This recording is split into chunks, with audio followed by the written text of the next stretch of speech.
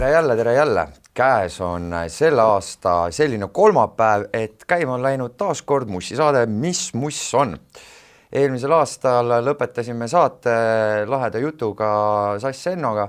Rääkisime natukene ohtudest, mis klubimaastikul naisi võivad saata. Aitäh kõikidele fännidele, kes seda tähele panid ja mulle ka sükse laheda särgi saatsid. Aga uuel aastal, uue hooga räägime muusikast ja kõigest muustki. Minu selle aasta esimeseks saate külaliseks on üks hämmastav naismuusik, kellest võib-olla paljud ei olegi kuulnud ja mõned on. Minu kõrval on Asena. So, hi. Hi. First off the bat, people who might not know you, can you maybe say a couple words to describe yourself? I'm a Turkish rapper, basically, who's living in Estonia currently. And yeah, I'm just doing music.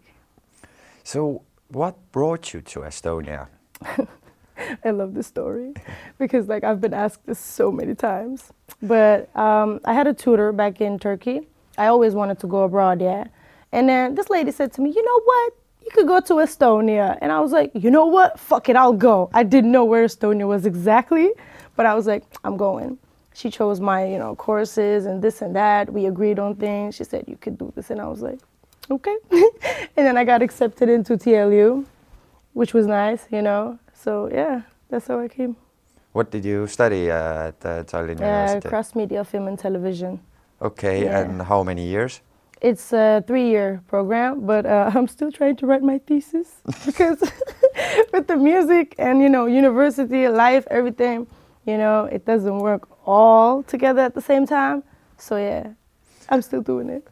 In Estonia, you rose to the public attention with your track Small Talk. You had a couple of tracks out before that, but that was the main track, so to speak. True. How did that happen? How did you meet up with yourselves and how did that happen? Yeah. Well, I had a friend, Kaspar. Maybe you guys know he's producing, for basically everybody in Estonia. It's 372 Kaspar. Exactly. Yeah.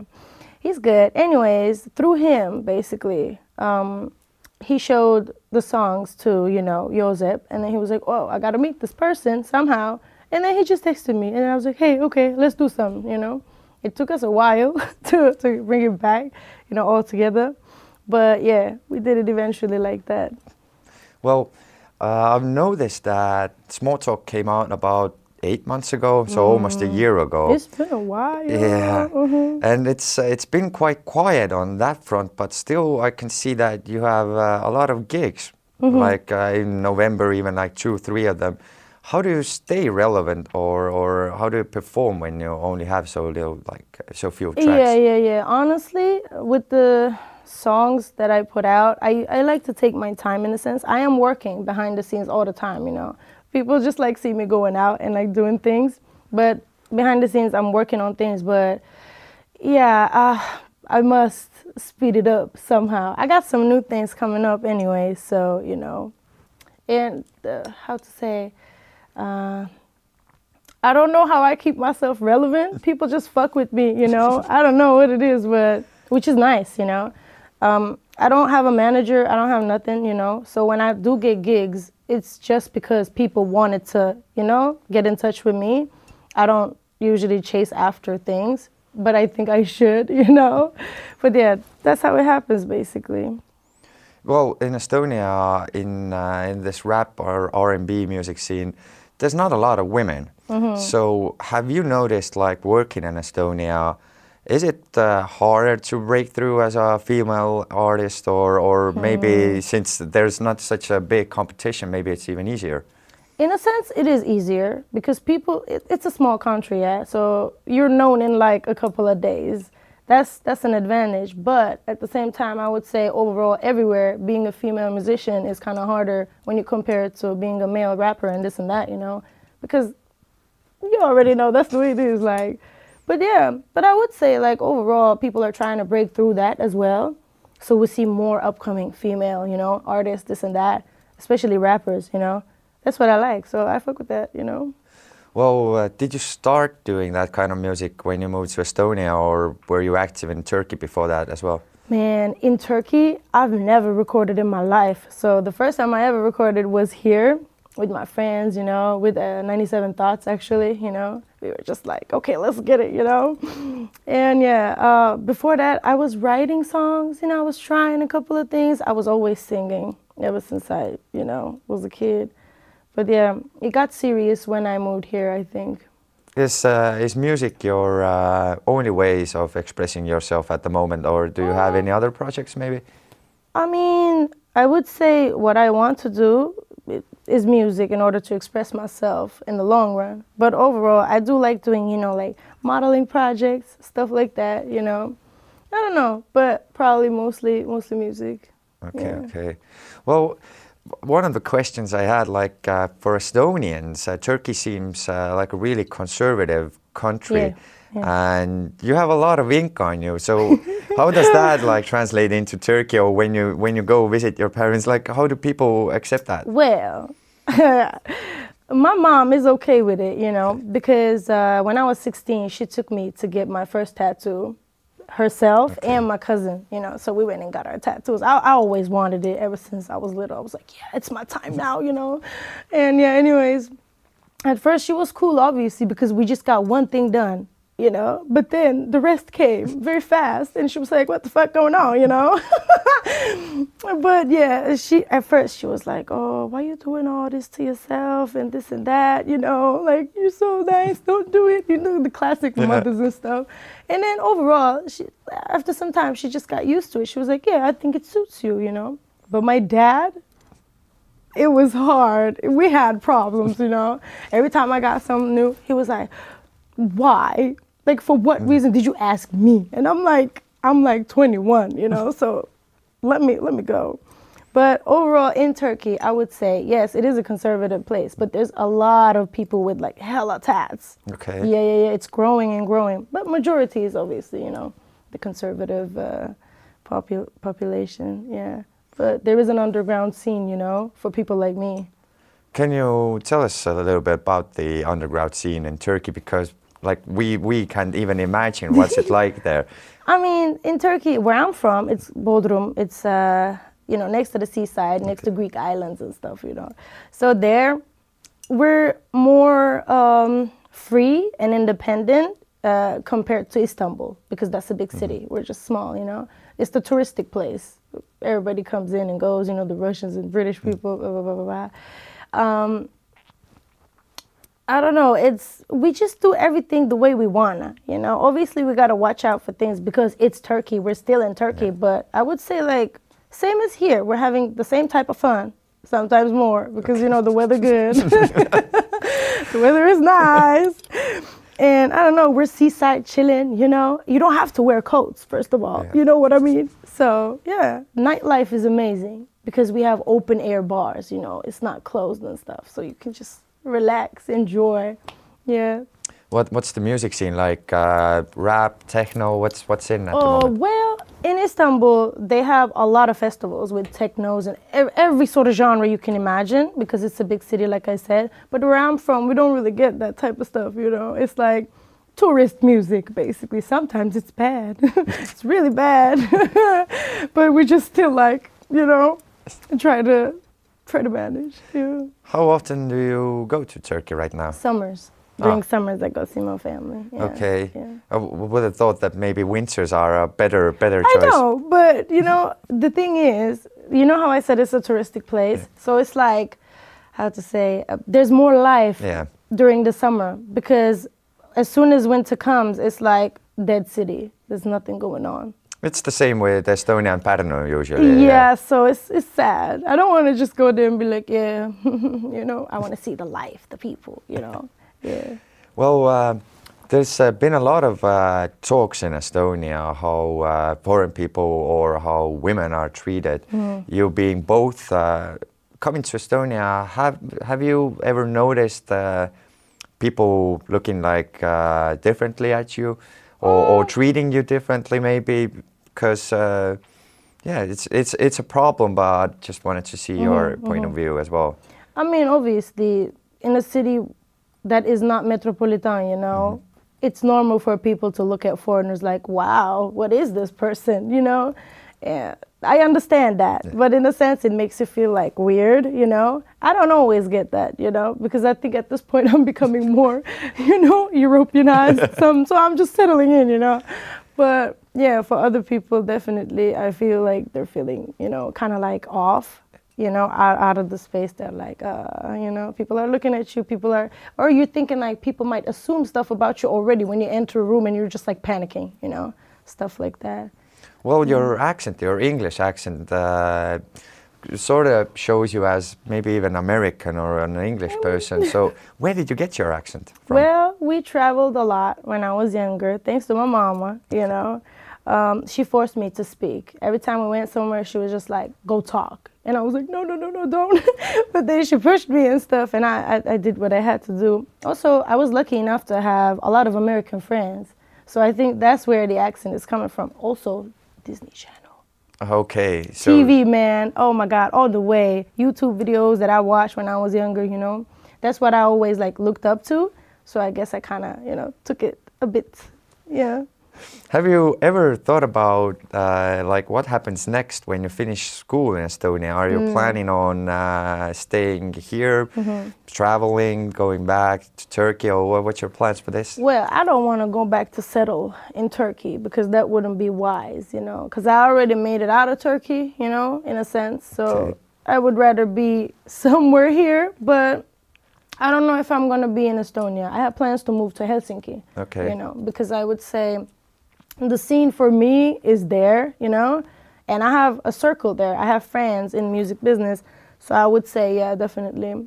After my uni, I would like to move to Helsinki. How did you get the Finnish connection? Oh my God, I had a Finnish boyfriend a year back, and yeah, we just went. I was like, I packed my bags there, and I said to my roommate, like, I'm going for a weekend, and then I stayed for a fucking month and a half or some shit like that, and I was like, oh, I love this place. And everybody was like cool with it too. Like, I'm like surprised they didn't say like, okay, like fuck off now, go back home, you know. But nah, they were nice. So with him, I met his friends. He was also in a circle with a lot of musicians, yeah. So I was like, oh, I was like seeing everything. I was like, okay, I need to be here. Like legit, I was observing and I was like, And then somehow I went to some like parties in Helsinki. Somehow I connected with people, you know. So now I have like a nice circle there. People are nice, I think, there. So yeah. What are your planned out major things for the future? Like what do you want to achieve within the next couple of years? Okay. What goals have you set for yourself? Well, I usually go with the flow, you know, but obviously I do have some type of plan in my head. I would like to, the way I see it is that each and every day I feel like I'm going, you know, a little bit higher on the ladder. There's no like, you know, certain speed, obviously. I'm just like, you know, seeing it, experiencing it, and just going. For example, even this happening is like a step for me. So thank you for that also. Thank you for coming. Yeah, of course. So yeah, I just want to be able to at least have a team with me, you know, who's managing me. I would like to get more gigs because, as I said, I'm not doing it myself. So people have to, you know. I would like to do that, definitely. The more gigs I get, the more, you know, people I interact with, which means, you know, listeners, if they fuck with my shit. So yeah, I want to, like, you know, eventually get bigger by day, like that. That's what I want. Have you had any fan moments in Estonia as well, like somebody coming up to you? Yes, oh my God. It's really humbling, you know? It's very beautiful. People come up to me, they're like, oh my God, like, I love your song, this and that. And I'm like, giving them a hug, and I'm like, thank you. You know, in clubs especially, this is happening a lot. Oh my God, you're Asena, yeah, this and that. They take pictures with me and stuff, you know, which is really cool. Yeah, some girl, like, recently came up to me and she said, oh, I saw you in this tattoo studio one day. Like, my friend is a tattoo artist, yeah, so I hang out there. Obviously. And yeah, these girls were getting a tattoo as well. And then she came up to me in the club. She said, oh my God, like, I saw you there. And I just thought to myself, I wanted to be like you. I wanted to be like you. And I was like, man, thank you. I appreciate that, you know? It's so nice, you know, to hear such compliments, especially coming from like Estonians, you know, because they're usually more like, you know, they keep it to themselves.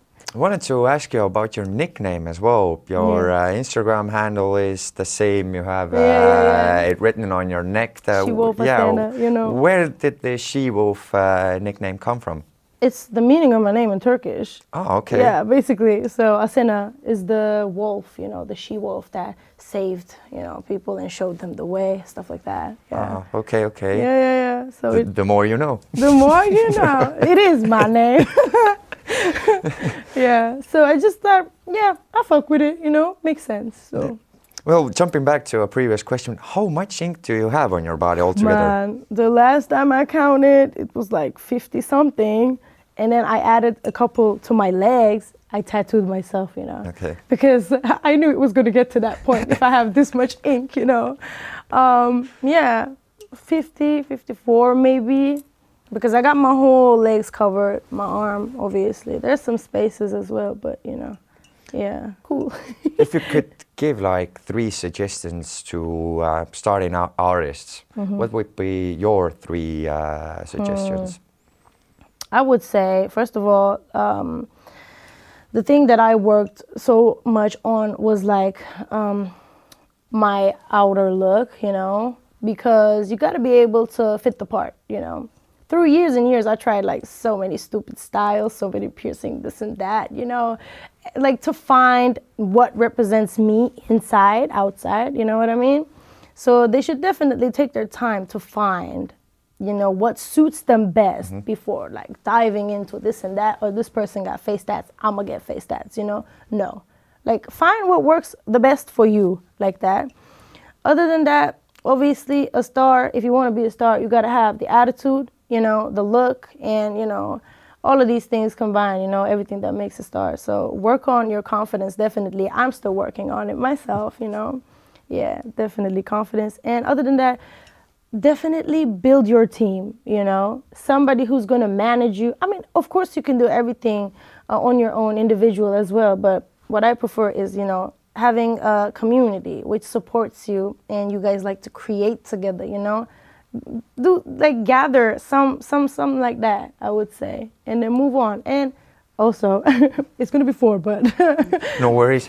Yeah, I would say just do what you want to do and don't give a fuck what other people say, you know? Do whatever the fuck you want to do, because for real, like this once in a lifetime type of shit, you don't come back again like that, you know? So do what makes you happy, I would say.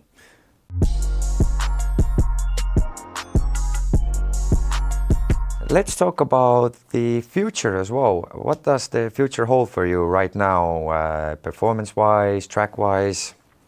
Well, track-wise, I would say I'm working with, as I said, these Turkish rappers. So we got an, you know, album type of stuff coming out for their whole creative group. They call it the Red Key Gang, you know.